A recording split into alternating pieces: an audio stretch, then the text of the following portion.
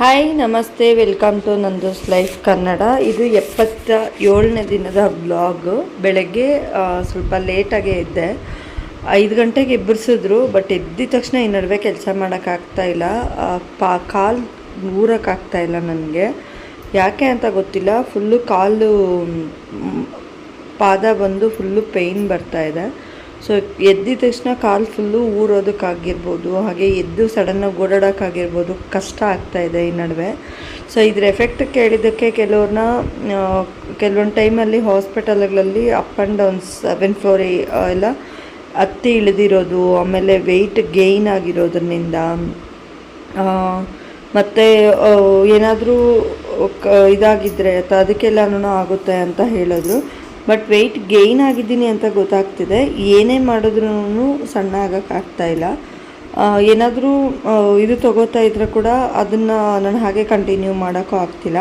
And walking ಮಾಡಿದ್ರೆ ಜಾಸ್ತಿ back pain ಜಾಸ್ತಿ ಆಗ್ತಿದೆ ನನಗೆ. ಆ್ಯಂಡ್ ಮೂಳೆ ಆಪ್ರೇಷನ್ ಮಾಡಿದಾಗ ಏನು ಇಂಜೆಕ್ಷನ್ ಹಾಕ್ತಾರಲ್ಲ, ಆ ಮೂಳೆ ಪೇಯ್ನ್ ಬರ್ತಿದೆ. ಬಟ್ ನನಗೆ ಯಾವುದೇ ರೀತಿ ಆಪ್ರೇಷನ್ ಆಗಿಲ್ಲ, ಬಟ್ ಆದರೂ ಪೇಯ್ನ್ ಬರ್ತಿದೆ. ಸೊ ನೀವು ವೀಡಿಯೋಸಲ್ಲಿ ನನಗೆ ಅಬ್ಸರ್ವ್ ಮಾಡಿರ್ಬೋದು. ಒಂದು ಸ್ವಲ್ಪ ಹೊತ್ತು ಏನಾದರೂ ಬಗ್ಗೆ ಹಾಗೆ ಕೆಲಸ ಮಾಡ್ತಿದ್ರೆ ಪೇಯ್ನ್ ಫುಲ್ಲು ಬರುತ್ತೆ. ಒಂದು 10 ನಿಮಿಷ ನಿಂತ್ಕೊಳ್ಳೋಕೆ ಕೂಡ ನನಗಾಗೋದಿಲ್ಲ. ಸೊ ಹಾಗಾಗಿ ನಾನು ವಾಕಿಂಗ್ ಏನೂ ಮಾಡ್ತಾಯಿಲ್ಲ. ನಾನು ಮಾಡೋ ಕೆಲಸನೇ ಸಾಕು. ಬಟ್ ಈ ನಡುವೆ ಸ್ವಲ್ಪ ಸೋಂಬೇರಿ ಆಗಿದ್ದೀನಿ. ಸಡನ್ನಾಗಿ ಎದ್ದು ಕೆಲಸ ಮಾಡ್ಕೊಳ್ಳೋದಿಲ್ಲ. ಆ್ಯಂಡ್ ಸ್ವಲ್ಪ ಏನೋ ಬೇಕಾಬಿಟ್ಟು ಮಾಡ್ಕೊಳ್ಳೋಣ ಬಿಡು ಅನ್ನೋ ಸ್ಟೇಜಲ್ಲಿ ಒಂದು ಮನ್ಸಿಗೆ ಬೇಜಾರಾಗಿಯೇ ಆಗಿರ್ತೀನಿ. ಸೊ ಎಲ್ಲರಿಗೂ ಗೊತ್ತಿರುತ್ತೆ ಎಷ್ಟು ಸ್ಟ್ರಗಲ್ಸ್ ಇದೆ ನನ್ನ ವಿಡಿಯೋಸಲ್ಲಿ ಅಂತ. ಇಷ್ಟೆಲ್ಲ ಸ್ಟ್ರಗಲ್ಸಿಂದ ಕಷ್ಟಪಟ್ಟು ವಿಡಿಯೋಸ್ ಮಾಡ್ತಿದ್ರೆ ಕೂಡ ಯಾವುದೇ ರೀತಿ ನನಗೆ ಒಳ್ಳೆ ಪರ್ಫಾರ್ಮೆನ್ಸ್ ಇಲ್ಲದೆ ಇರಬೇಕಾದ್ರೆ, ಒಳ್ಳೆ ಒಂದು ಇದು ಸಿಗದೆ ಇರಬೇಕಾದ್ರೆ ಅದು ಮನ್ಸಿಗೆ ನೋವಾಗೋದು ಸಹಜ. ಇನ್ನು ಬೆಳಗ್ಗೆ 5:45 ಎದ್ದೆ. ಫಸ್ಟ್ ಟೀ ಇರಲಿಲ್ಲ, ಮಾಡೋಣ ಅಂದರೆ ಹಾಲಿರಲಿಲ್ಲ. ಹೋಗಿ ಹಾಲು ತೊಗೊಂಡು ಬಂದು ಪಾತ್ರೆ ಟೀ ಇಟ್ಬಿಟ್ಟು ಪಾತ್ರೆ ಎಲ್ಲ ಉಜ್ಜಿಕೊಂಡೆ. ಸೊ ಗ್ಯಾಸ್ ಎಲ್ಲ ಕ್ಲೀನ್ ಮಾಡಬೇಕಿತ್ತು.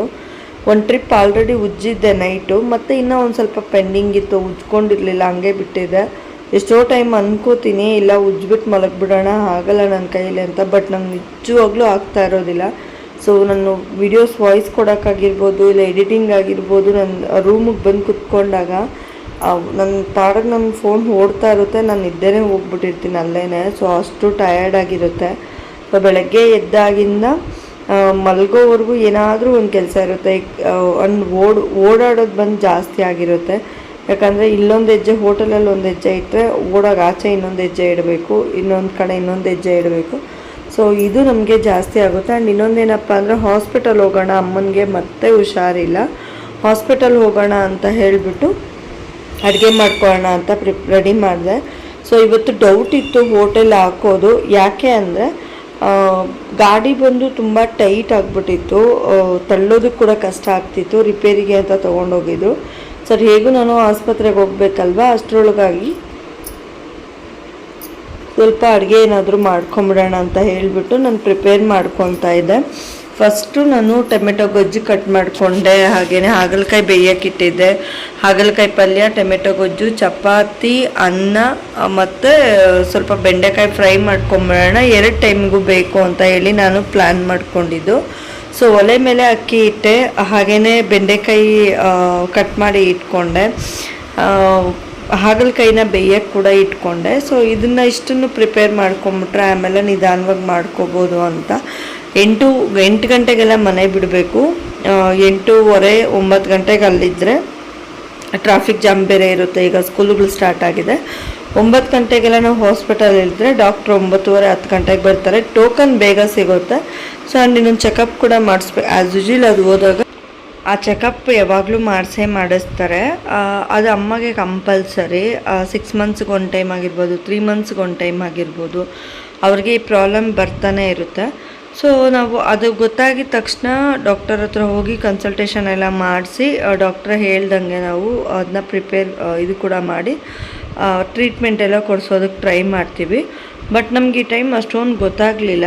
ಯಾಕೆ ಗೊತ್ತಾಗಲಿಲ್ಲ ಅಂದರೆ, ಬಟ್ ಅವ್ರಿಗೆ ಇನ್ಫೆಕ್ಷನ್ ಈಗ ಬ್ಲಡ್ ಚೆಕಪ್ ರೀಸೆಂಟಾಗಿ ಹಾಸ್ಪಿಟಲ್ಸ್ ಎಲ್ಲ ಹೋಗಿದ್ದು ನಾನು ಹೇಳಿದೆ ಅಲ್ವಾ. ಸೊ ರೀಸೆಂಟಾಗಿ ಬ್ಲಡ್ ಚೆಕಪ್ ಮಾಡಿಸಿದಾಗ ಯೂರಿನ್ ರಿಪೋರ್ಟಲ್ಲಿ ಅದು ನಮಗೆ ಗೊತ್ತಾಗಿರೋದು. ಬಟ್ ಅದು ಡಾಕ್ಟ್ರ್ ಹತ್ರ ಹೋಗಿ ಅವರು ನಮಗೆ ಕನ್ಫರ್ಮ್ ಮಾಡೋವರೆಗೂ ಪೂರ್ತಿ ವಿಷಯ ನಮಗೂ ಗೊತ್ತಿಲ್ಲ. ಸೊ ಅವ್ರಿಗೆ ಯೂರಿನ್ ಬ್ಲ್ಯಾಡರಲ್ಲಿ ಸ್ವಲ್ಪ ಸಮಸ್ಯೆ ಇದೆ. ಅದು 2-3 ತಿಂಗಳಿಗೊಂದ್ಸತಿ 4 ತಿಂಗಳಿಗೊಂದ್ಸತಿ ಆಗ್ತಾ ಇರುತ್ತೆ. ಆ ಟೈಮಲ್ಲಿ ಸ್ವಲ್ಪ ಸರ್ಜರಿ ಟೈಪ್ ಮಾಡಿಸ್ಬೇಕು ಅವ್ರಿಗೆ. ಅದು ಮಾಡಿಸಿದ್ಮೇಲೆ ಅವರು ಸ್ವಲ್ಪ ದಿನ ಆರಾಮಿರ್ತಾರೆ. ಡಾಕ್ಟರ್ ಹೇಳಿದ್ದಾರೆ ಅದು ರಿಪೀಟೆಡ್ ಆಗ್ತಾನೇ ಇರುತ್ತೆ, ಏನೂ ಮಾಡೋಕ್ಕಾಗೋದಿಲ್ಲ ಅಂತ. ಪಾಪ ಅವ್ರಿಗೂ ತಡೆಯೋ ಶಕ್ತಿ ಇಲ್ಲ, ಏಜ್ ಅಂತೂ ಅಲ್ವೇ ಅಲ್ಲ. ಸೊ ತುಂಬ ಬೇಜಾರಾಗುತ್ತೆ, ಅವ್ರನ್ನ ನೆನೆಸ್ಕೊಂಡ್ರೆ ಬೇಜಾರಾಗುತ್ತೆ ನನಗೆ. ಆ್ಯಂಡ್ ಅಳ್ತಾರೆ, ನಂಗಂತೂ ಅದು ನೋಡೋಕ್ಕಾಗೋದಿಲ್ಲ. ನಾನು ಎಷ್ಟು ಬೇಜಾರಾಗುತ್ತೆ.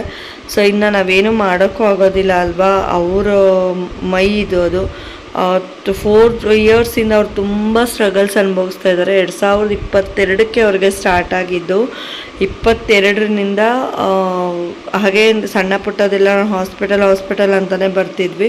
23ರಲ್ಲಿ ಬಂದು ಅಮ್ಮನಿಗೆ ಹಾರ್ಟ್ ಅಟ್ಯಾಕ್ ಆಯಿತು ಮತ್ತು ಸರ್ಜರಿ ಆಯಿತು. ಸರ್ಜರಿಯಿಂದ 6 ಮಂತ್ಸ್ ಫುಲ್ಲು ಹಾಸ್ಪಿಟಲಲ್ಲೇ ಇದ್ವಿ. ಜಯದೇವ ವಿಕ್ಟೋರಿಯಾ ಫುಲ್ಲು ಅಲ್ಲೇ ಇದ್ವಿ. ಅಲ್ಲಿಂದ ಮುಗಿಸ್ಕೊಂಡು ಬಂದ್ವಿ. ಮತ್ತೆ 2-3 ಸತಿ ಮತ್ತೆ ಯೂರಿನ್ ಬ್ಲ್ಯಾಡರ್ ಸರ್ಜರಿನೂ ಆಯಿತು. ಈಗ ಮತ್ತೆ ಅದೇ ಪ್ರಾಬ್ಲಮ್. ಈ ಒಂದು 15 ಡೇಸಿಂದ ಇಲ್ಲಿ ಜ್ವರ ಅಂತ ಹಾಸ್ಪಿಟಲ್ಗೆ ಹೋಗ್ತಿದ್ವಿ. ತುಂಬ ಬೇಜಾರಾಗುತ್ತೆ ಅವ್ರನ್ನ ನೆನೆಸ್ಕೊಂಡ್ರೆ. ಆ್ಯಂಡ್ ಅವರು ಇದು ನನ್ನ ಕೈಯಲ್ಲಿ ನೋಡೋಕ್ಕಾಗೋದಿಲ್ಲ. ಇನ್ನು ಮನೆಗೆ ಬಂದೆ, ಎಲ್ಲ ಮುಗಿಸ್ಕೊಂಡು ಹೋಗಿ ಅಲ್ಲಿಂದ ಎಲ್ಲ ಬಂದು ಟೊಮೆಟೊ ಗೊಜ್ಜು ಇದೆಲ್ಲ ಮಾಡಿ ಬಾಕ್ಸ್ಗೆಲ್ಲ ಹಾಕಿದೆ. ಬಟ್ ಡಾಕ್ಟರ್ ಇಲ್ಲ ಅಂತ ಕನ್ಫರ್ಮ್ ಆಗಿದ ತಕ್ಷಣ ಹೋಟೆಲ್ ಹತ್ರ ಹೋಗಿ ಹೋಟೆಲ್ ಹತ್ರದಿಂದ ಬಂದು ಚಪಾತಿ ಮಾಡಿದೆ. ಚಪಾತಿ ಮಾಡಿಬಿಟ್ಟು ನನಗೆ ಟೀ ಕುಡಿಬೇಕು ಅನ್ನಿಸ್ತು. ಒಂದು ಟೀ ಪುಡಿ ತಂದಿದ್ದೆ, ಅದನ್ನ ಇಟ್ಬಿಟ್ಟು ಟೀ ಮಾಡಿಕೊಂಡೆ.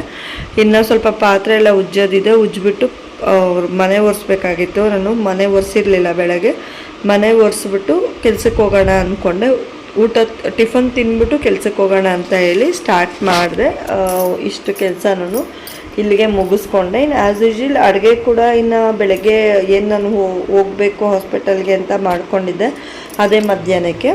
ಸೊ ನೈಟ್ಗೆ ಏನಾದರೂ ಮಾಡ್ಕೊಳ್ಳೋಣ ಅಂತ ಅಂದ್ಕೊಳ್ಳೋಷ್ಟ್ರೊಳಗಾಗಿ ಯಜಮಾನ್ರು ನಂಗೆ ಊಟ ಬೇಡ ಅಂದರು. ಇನ್ನು ಸ್ವಲ್ಪ ಅನ್ನ ಇತ್ತು, ಬೆಂಡೆಕಾಯಿ ಗ್ರೇವಿ ಮಾಡಿಕೊಂಡೆ. ನಿನ್ನೆ ಮಾಡಿದ ಸಾಂಬಾರು ಪೌಡ್ರ್ ತುಂಬಾ ಚೆನ್ನಾಗಿ ಬಂದಿತ್ತು, ಕಲರ್ ಕೂಡ ಸಕ್ಕತ್ತಾಗಿತ್ತು. ಸೊ ಅದನ್ನೆಲ್ಲ ಜರಡಿ ಇಟ್ಕೊಂಡ್ವಿ, ನಾನು ನಮ್ಮ ಚಿಕ್ಕಮ್ಮ. ಜರಡಿ ಎಲ್ಲ ಇಟ್ಕೊಂಡ್ಮೇಲೆ ಎಲ್ಲ ಎತ್ತಿ ಅಲ್ಲೇ ಇಟ್ಟೆ. ಶುಕ್ರವಾರ ಇವತ್ತು ಮನೆಗೆ ತರೋದು ಬೇಡ ಅಂತ.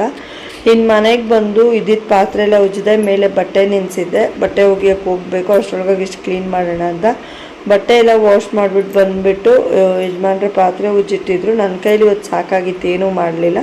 ಅದನ್ನ ಎತ್ತಿ ಮೇಲೆ ಇಟ್ಟುಬಿಟ್ಟು ಎಲ್ಲ ಎತ್ತಿ ಜೋಡಿಸ್ಬಿಟ್ಟು ಆಚೆ ಎಲ್ಲ ತೊಳ್ಕೊಂಡೆ. ಇನ್ನು ಬೆಂಡೆಕಾಯಿ ಬೆಳಗ್ಗೆನೇ ಕಟ್ ಮಾಡಿ ಇಟ್ಕೊಂಡಿದ್ದೆ. ಆ್ಯಂಡ್ ಇದಕ್ಕೆ ಮಸಾಲೆ ಕೂಡ ರೆಡಿ ಮಾಡ್ಕೊಂಡಿದ್ದೆ. ಸ್ವಲ್ಪ ಉಪ್ಪು ಹಾಕಿ ಫ್ರೈ ಮಾಡಿಬಿಟ್ಟು ಇದೇ ಮಸಾಲೆಗೆ ಸ್ವಲ್ಪ ಮೊಸರು, ಉಪ್ಪು, ಖಾರ, ಧನಿಯಾ ಪುಡಿ, ಗರಂ ಮಸಾಲ ಇಷ್ಟನ್ನು ಹಾಕಿಬಿಟ್ಟು ಚೆನ್ನಾಗಿ ಮಿಕ್ಸ್ ಮಾಡಿ ಇಟ್ಕೊಂಡಿದ್ದೆ. ಅರಿಶಿನ ಕೂಡ ಹಾಕ್ಕೋಬೋದು. ಹಾಕ್ಬಿಟ್ಟು ಫ್ರೈ ಮಾಡೋದಕ್ಕಿಟ್ಟೆ. ಅಷ್ಟೇ ಸಾಕು. ಬೇಕು ಅಂದರೆ ಸ್ವಲ್ಪ ನೀರು ಹಾಕ್ಕೊಬೋದು. ಉಪ್ಪು ಖಾರ ಸ್ವಲ್ಪ ನೋಡ್ಕೊಂಡು ಹಾಕ್ಕೊಳ್ಳಿ. ಸೊ ಇದನ್ನಾದಮೇಲೆ ಬೆಂಡೆಕಾಯಿ ಎಲ್ಲ ಸೈಡ್ಗೆ ಇಟ್ಬಿಟ್ಟು ಮುದ್ದೆಗಿಟ್ಟೆ. ಅನ್ನ ಏನು ಮಾಡಿಲ್ಲ, ಗ್ಯಾಸೆಲ್ಲ ಒರೆಸ್ಬಿಟ್ಟು ಪಾತ್ರೆ ಜೋಡಿಸ್ಬಿಟ್ಟು ಇನ್ನು ಉಜ್ಜಿಬಿಟ್ಟು ವಿಡಿಯೋಸ್ ಎಲ್ಲ ರೆಡಿ ಮಾಡಿಕೊಂಡು ಮಲ್ಗೋಣ ಅಂತ ಹೇಳಿ ಅಂದ್ಕೊಂಡು ಪ್ಲ್ಯಾನ್ ಮಾಡಿದೆ. ಇವತ್ತಿನ ನನ್ನ ಡೈಲಿ ರೊಟೀನ್ ಇಷ್ಟೇ. ಹಾಗೆ ತುಂಬ ಬೇಜಾರಾಗುತ್ತೆ ನನಗೆ ಒಂದೊಂದು ಟೈಮ್ ನನ್ನನ್ನು ನಾನೇ ನೆನೆಸ್ಕೊಂಡಾಗ. ಕಷ್ಟ ಅಂತೂ ಆಗುತ್ತೆ ಲೈಫಲ್ಲಿ, ಆದರೆ ಅದನ್ನೆಲ್ಲ ಹಿಮ್ಮೆಟ್ಟಿಸಿ ನಿಲ್ಲುವಂಥ ಒಂದು ಶಕ್ತಿ ದೇವರು ನನಗೆ ಕೊಡಲಿ. ಏನೇ ಬಂದರೆ ಕೂಡ ಅದನ್ನ ಒಂದು ಹೆದರಿಸೋ ಶಕ್ತಿ ದೇವರು ಕೊಡಲಿ. ಆ್ಯಂಡ್ ನನ್ನ ಲೈಫಲ್ಲಿ ಒಂದು ಹಠ ಅಂತ ನಾನು ಇರೋದು ಅಂದರೆ ಒಂದು 2-3 ವಿಚಾರಗಳಲ್ಲಿ ನಾನು ತುಂಬ ಹಠ ಮಾಡ್ಕೋತೀನಿ. ಒಂದು ಯೂಟ್ಯೂಬ್ನ ಒಳ್ಳೆ ಇದರಲ್ಲಿ ತೊಗೊಂಡೋಗ್ಬೇಕು, ಯಾವುದೇ ರೀತಿ ಇದರಲ್ಲಿ ನಡೀಬಾರ್ದು. ಯೂಟ್ಯೂಬ್ನ ಒಂದು ಗ್ರೋತ್ ಮಾಡ್ಕೋಬೇಕು ಅನ್ನೋ ಒಂದು ಆಸೆ.